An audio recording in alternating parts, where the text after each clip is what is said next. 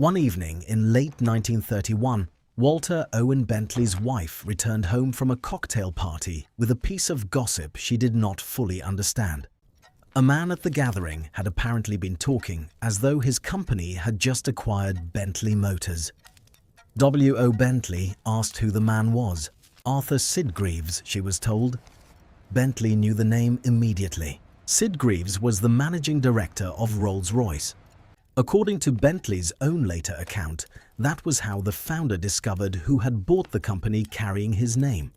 Not from his board, not from the receiver handling the sale. From his wife, after a conversation overheard at a party. Bentley Motors had run out of money earlier that year.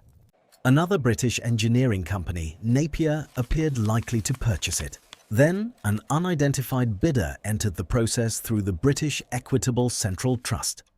The identity behind the offer was concealed until the deal was effectively secured. It was Rolls-Royce. Bentley's most formidable rival had bought Bentley Motors and its assets for $125,275. Rolls-Royce acquired the factory, the name, the designs, and much of what remained of the business. It also acquired something by UO. Bentley found far harder to surrender: his services. A contractual obligation attached to the failed company meant that Bentley could not simply walk away and start again. After a legal dispute, he was required to work under Rolls-Royce control, beginning in May 1932 and continuing until the end of April 1935. He had spent 12 years building cars according to his own engineering instincts. Now the company bearing his surname belonged to the people whose cars he had spent years trying to beat. And the man who had created Bentley was about to discover that he would have remarkably little influence over the next Bentley. Walter Owen.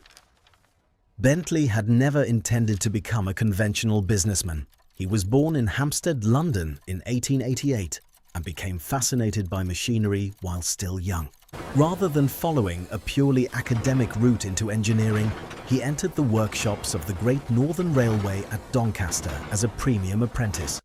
The railway works offered an education no classroom could provide. Locomotives were enormous collections of consequences.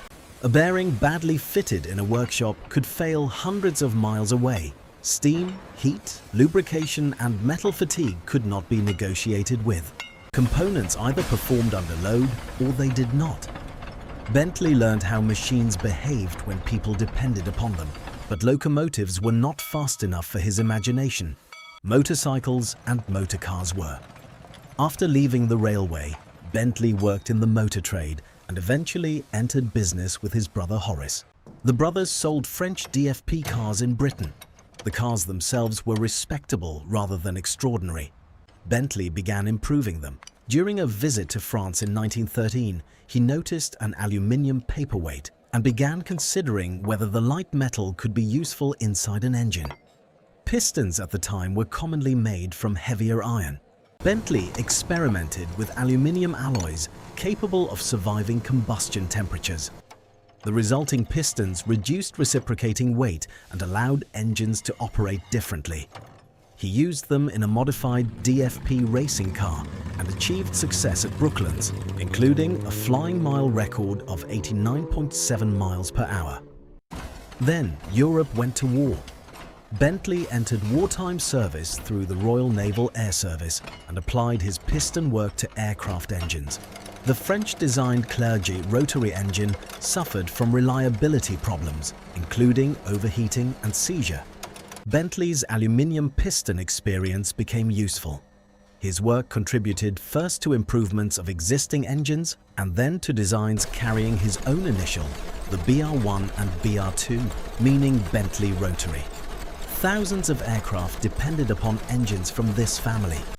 When the war ended, Bentley received an MBE, a gratuity of $1,000 and an additional $8,000 award in recognition of his technical contribution. He put the money towards something he had wanted to do for years: build his own car. Bentley Motors was established in 1919. Its founder summarized his ambition simply: to build a fast car, a good car, the best in its class. The first experimental Bentley was completed that year, and production eventually settled at Cricklewood in northwest London. W.O. did not design cars around delicacy. The early Bentleys were substantial machines. Their engines were large, their chassis strong, and their mechanical components engineered for sustained high-speed use rather than merely impressive performance in short bursts. Bentley believed racing should reveal weaknesses before customers found them on the road. That philosophy took him to a new endurance race in France. In 1923, the first 24 hours of Le Mans was held on public roads near the town of Le Mans. W.O. was initially skeptical about the event. Driving through an entire day and night appeared an unnecessarily destructive way to treat a car. Canadian Bentley owner John Duff thought otherwise. Duff wanted to enter his 3-litre Bentley and persuaded the factory to assist. Frank Clement, Bentley's test driver, joined him. They finished fourth. W.O. had seen enough. Le Mans tested exactly what he valued: speed sustained through mechanical punishment. In 1924, Duff and Clement returned. They won. The victory transformed Bentley's reputation. Here was a small British company defeating established European manufacturers in one of the hardest contests automobiles could face. Customers noticed. So did a group of wealthy young men who would become inseparable from Bentley's public image. They were later called the Bentley Boys. Some were former military officers. Others were financiers, doctors, or heirs to substantial fortunes. They raced cars, flew aircraft, attended parties, and treated danger almost as a social activity. Their lifestyles produced headlines. Their money occasionally kept Bentley Motors alive.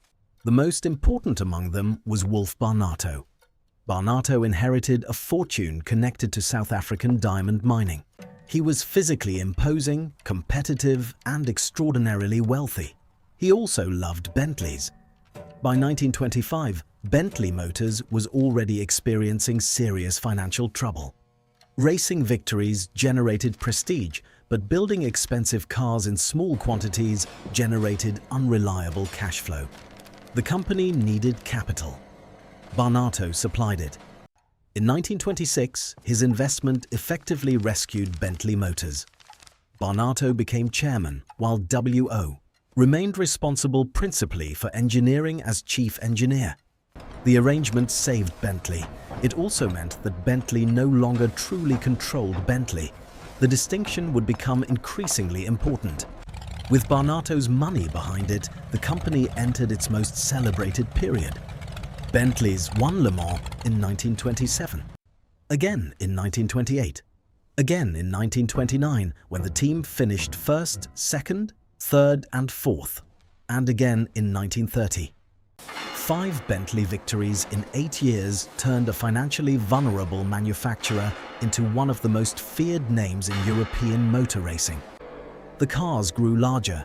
The 3-litre was followed by the 412-litre and the 6-cylinder 612-litre, then the more powerful Speed 6. W.O. favoured displacement and robust engineering. If more performance was required, his instinct was often to build a larger engine rather than force excessive output from a smaller one. Not everyone agreed. Sir Henry Tim Birkin became convinced that supercharging the 412-litre offered the future of competition. The resulting supercharged cars became known as blower Bentleys. W.O. disliked the approach. He believed supercharging compromised the reliability he considered fundamental to Bentley engineering. Barnato nevertheless supported production of the required cars, and Birkin pursued the project. The blower became one of the most famous Bentleys ever constructed. It never won Le Mans. That contradiction suited Bentley Motors perfectly. The company was becoming legendary faster than it was becoming financially secure. Racing consumed money. Engineering new models consumed money. Maintaining a factory capable of building low-volume luxury cars consumed money. Barnato repeatedly provided more. But even his fortune existed within an economy that was about to change. In 1929, financial markets crashed. The depression that followed reduced demand for exactly the sort of product Bentley made. A Bentley was not transport purchased because a family needed to reach work. It was one of the most expensive automobiles in Britain, often delivered as a rolling chassis before a separate coach builder constructed a body to the owner's taste. When wealthy customers became cautious, Bentley felt the change immediately. The company nevertheless produced its most ambitious car. The 8-litre appeared in 1930. It was enormous, smooth, and extraordinarily capable. W.O.'s own 8-litre became one of his favorite cars. It also moved Bentley directly into the highest territory occupied by Rolls-Royce. The timing could scarcely have been worse. Britain now possessed two prestigious manufacturers fighting for a shrinking number of customers wealthy enough to purchase enormous luxury cars. And Bentley Motors did not have Rolls-Royce's financial strength. If you enjoy discovering the people, risks and forgotten decisions behind Britain's most influential companies, subscribe to the British Blueprint. And for those watching on television, it's the simplest way to make sure these stories are easy to find again. By 1931, the money was disappearing. Barnato had already spent heavily supporting Bentley over several years. He had financed development, racing, and operating losses, but he was no longer prepared to continue indefinitely. Sales fell.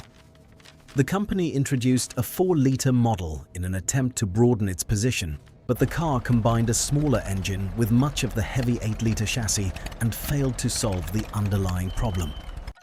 On 10th of July 1931, Bentley Motors could no longer meet its financial obligations. A receiver was appointed. W.O. had built some of the most successful racing cars of the decade. His company was insolvent. The distinction between engineering success and business success could hardly have been clearer. Napier became interested in acquiring Bentley. For W.O., that offered at least the possibility that the company might continue under another British engineering manufacturer with strong technical traditions. Then the anonymous bidder appeared. British Equitable Central Trust submitted the successful offer. Only afterwards did Rolls-Royce emerge from behind it. The secrecy was strategic. Revealing Rolls-Royce's involvement earlier could have altered the bidding process. Rolls-Royce had strong reasons to care about Bentley. The 8-litre occupied territory close to its Phantom II and offered formidable performance. In a luxury market weakened by depression, removing a serious competitor had obvious commercial value. The Bentley Drivers Club describes eliminating that competition as a primary motivation behind the acquisition. Rolls-Royce paid $125,275. Cricklewood production ended. Development of the old cars stopped. W.O.'s personal 8-litre was no longer his to keep. The founder, who had named a company after himself, had lost not only control of the business, but even the car he regarded as one of his greatest creations. Then came the contractual trap. W.O.'s services had formed part of the obligations acquired with Bentley Motors. Napier challenged aspects of the arrangement, but the court upheld the position. From 1st and May 1932, W.O. Bentley worked for Rolls-Royce. He was not placed in command of a new Bentley engineering department. That would have been the obvious arrangement to outsiders. Buy one of Britain's most famous sports car companies, then allow its celebrated founder to develop the next generation. Rolls-Royce chose differently. W.O. was based away from the central design operation at Derby. He undertook test driving, customer liaison, and long-distance evaluation work, including continental journeys. He could make observations. He did not control the design. The humiliation was subtle. Rolls-Royce did not need to tell the founder that he was incapable of engineering. It simply built the new Bentley without giving him authority over it. W.O. reportedly hoped that he and Henry Royce might eventually discover mutual technical respect. Their backgrounds did contain similarities. Both men had come through practical engineering rather than privileged academic careers. Both obsessed over mechanical reliability. Both had built companies around their surnames, but their philosophies differed. Bentley celebrated endurance racing and large engines. Rolls-Royce celebrated silence, refinement, and engineering control. By the time W.O. entered Rolls-Royce, Henry Royce was elderly and ill.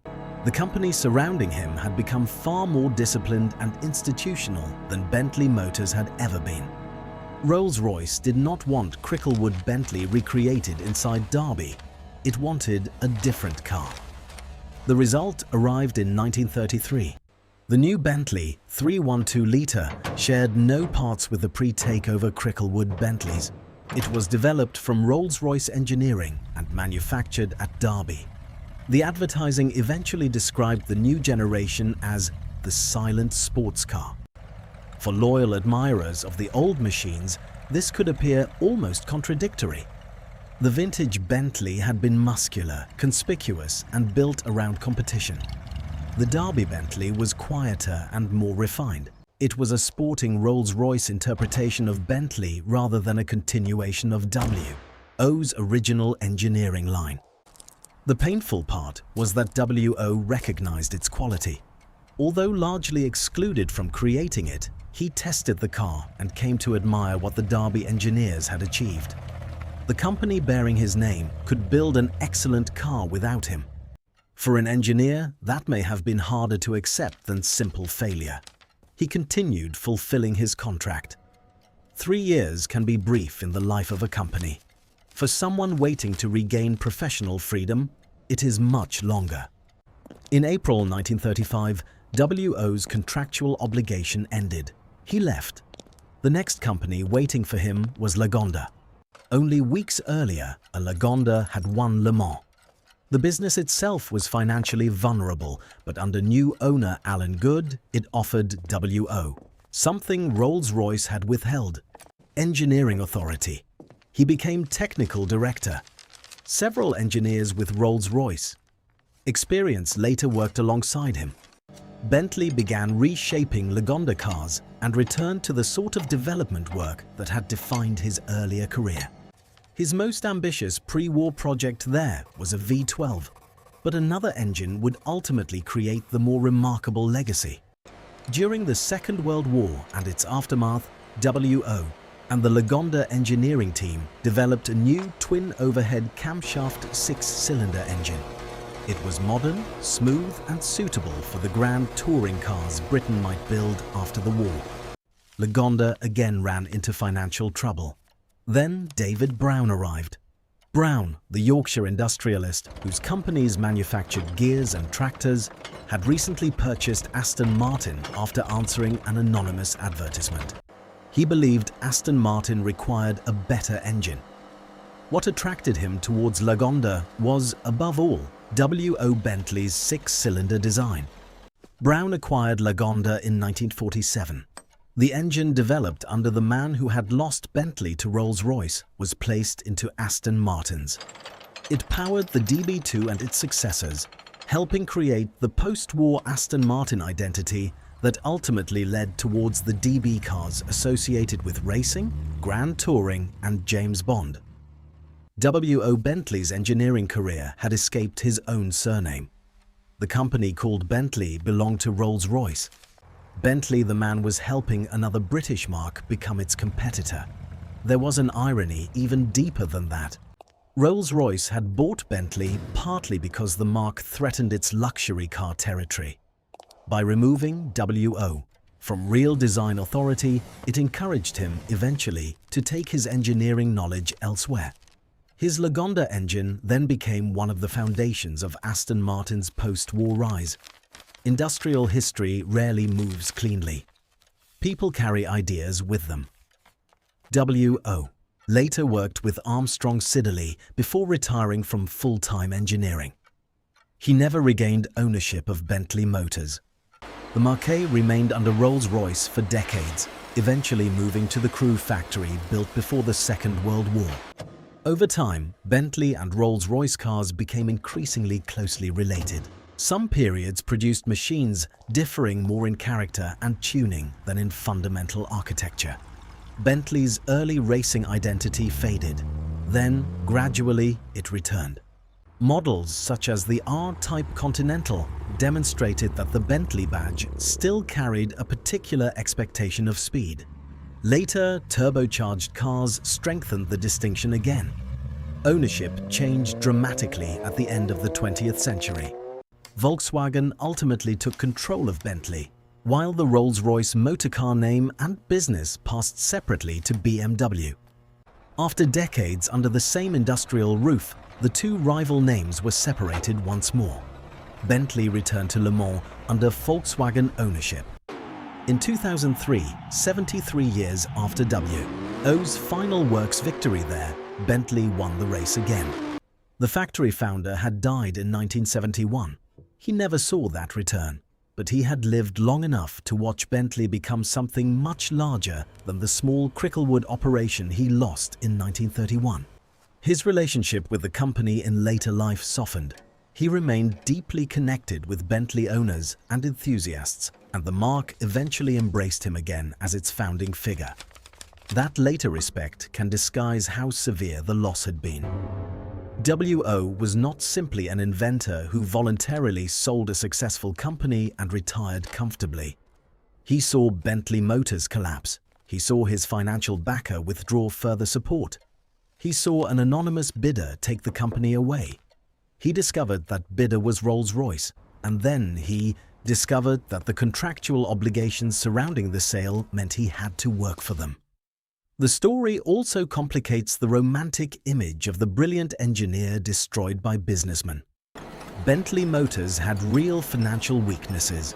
W.O. built superb machinery, but the company repeatedly required outside money. Barnato did not merely interfere with a healthy operation. His fortune kept it alive. Racing generated publicity, but publicity could not pay every supplier. The enormous cars customers admired were expensive to build. The 8-liter was magnificent, but magnificence arriving during an economic depression was not a business strategy. Rolls-Royce did not destroy an otherwise profitable Bentley Motors. It purchased a company already in receivership. And what Rolls-Royce did with the name was not simply vandalism. The Derby Bentleys were sophisticated, successful cars. Even W.O. acknowledged their quality. That is what makes the story more human. There is no clean villain. There is an engineer whose ambition created something his finances could not sustain. A wealthy patron whose millions bought several extra years of glory, but not permanent survival. A rival that recognized value in a failing company and acquired it. And a founder forced to watch other engineers redefine his own name. For more human stories behind the businesses, machines and inventions that shaped Britain, subscribe to the British Blueprint. The Bentley name remained on radiator grills long after W.O. lost the company. His own influence traveled by a less obvious route. It went through the aircraft engines of the First World War, the 5 Le Mans victories of the Cricklewood years, his work at Lagonda, and the 6-cylinder engine that later powered Aston Martins. Rolls-Royce bought the factory, the assets, and the badge. For 3 years, it even controlled where Walter Owen Bentley worked, but it could not make his engineering instinct belong to Rolls-Royce. In 1931, W.O. lost Bentley. The name survived without him. The engineer did too.